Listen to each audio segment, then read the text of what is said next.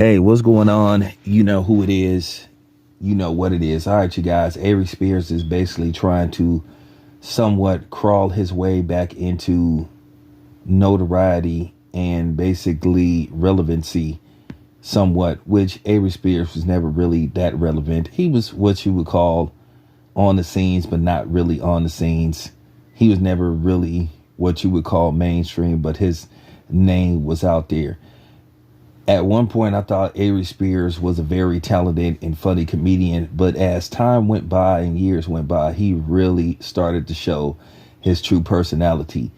And he further showed it basically with an interview he did with DJ Federale, aka, you know what I'm saying, you could use my videos to indict people. But recently, he was on there basically talking about a variety of different things. And the more you listen to Aries Spears talk, the more and more you should lose respect for him. Like Aries Spears, I don't respect that dude whatsoever. One, based off, recent news that came out about him with him and Tiffany Haddish was part of, and to be honest with you, Avery Spears should, what I'm saying, be possibly where Tory Lanez is. But we'll save that for another video. But basically the subject came up about Jim Crow Jerry. And as expected, Avery Spears tried to be politically correct. But then, the coon in him eventually came out where basically, to make a long story short, he did the typical excuse. Well, that was a long time ago, and maybe people could change. And then at the same time, Jerry Jones doesn't owe people an explanation. And, maybe he was there just to be curious. And like I said, anybody that believed that, you're an idiot, because like I said before, there were reports that there was one of those earlier. And he didn't even go to that particular high school because reports are saying the first one happened at the high school he went to. And it was explained in the media at the time by the governor at that time what was the purpose of that, and that they were trying to call the National Guard to prevent those black children from going to school. Well, they were, kids from attending high school, which they blocked them. And like I said, Jerry Jones got up there pretty damn early. At the end of the day, when you hear people make those excuses like, well, that's how it was back then, and you got to understand things was different. Well, at the end of the day, did you have to be that way? Nobody made you become a racist. You chose to become a racist. You chose to participate. You chose to have that mentality. What be tripping me out when it comes to these situations, these people be having a nerve to be mad at us for bringing that stuff up.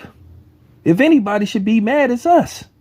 So let me get this straight. You mistreated my people, my ancestors, but you got an attitude and you mad at me? And let me get this straight. In those days, you were mistreating and harming, bullying, harassing, doing unthinkful acts to people that look like me. But let me get this straight. You mad at me for having a problem with you doing that. That take nerve. That's the true definition of supremacy and privilege.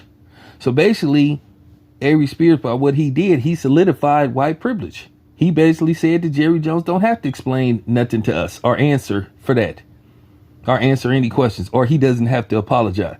But every time we do something, we have to explain everything. We have to apologize. We have to say we're sorry. We have to be shamed. We have to be vilified. We can't have an opinion unless somebody gives us an opinion. People want to tell us what to protest, what not to protest. At the end of the day, people are going to have to understand what's going on and the preparations we're going to have to take to fix these situations and better ourselves. And I know people are thinking, damn, is there any hope for us? Well, there's always hope. If you believe and you think it could happen and you believe it could be fixed, you have to take the proper steps in fixing situations. We can be fixed. Not going to be easy, but it can be done. Anything can be done if you believe in it. And that's just real talk. Okay? So I'm just saying, man, at the end of the day, with Avery Spears, the more and more I watch this dude talk, the more and more I smile when I reminisce on what Zoe Williams did to him. And that's just real talk. And to this day, Aries Spears still refuses to accept accountability. He still refuses to accept the fact that he was out of line, he was out of pocket for what he did and how he disrespected Zoe Williams. So how can anybody respect somebody like Aries Spears when he refuses to apologize to a black man that he basically disrespected and antagonized for over 2 hours? Aries Spears showed what his true makeup is and who he is. And that's just the bottom line, man. For real. I mean, it's like when you think about that, when you go back and watch that show, it was sickening to see how Avery Spears was disrespecting Zoe Williams. And he always tried to say it's in the name of comedy.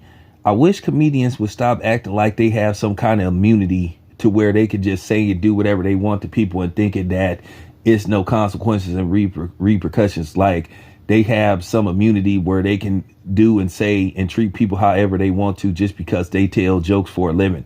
Well, at the end of the day, everybody ain't in the mood for a joke. And at the end of the day, people don't have to have a sense of humor. It's our right. It's our human right. So middle finger to Avery Spears. But anyway, this is your boy Town Biz. I'm out.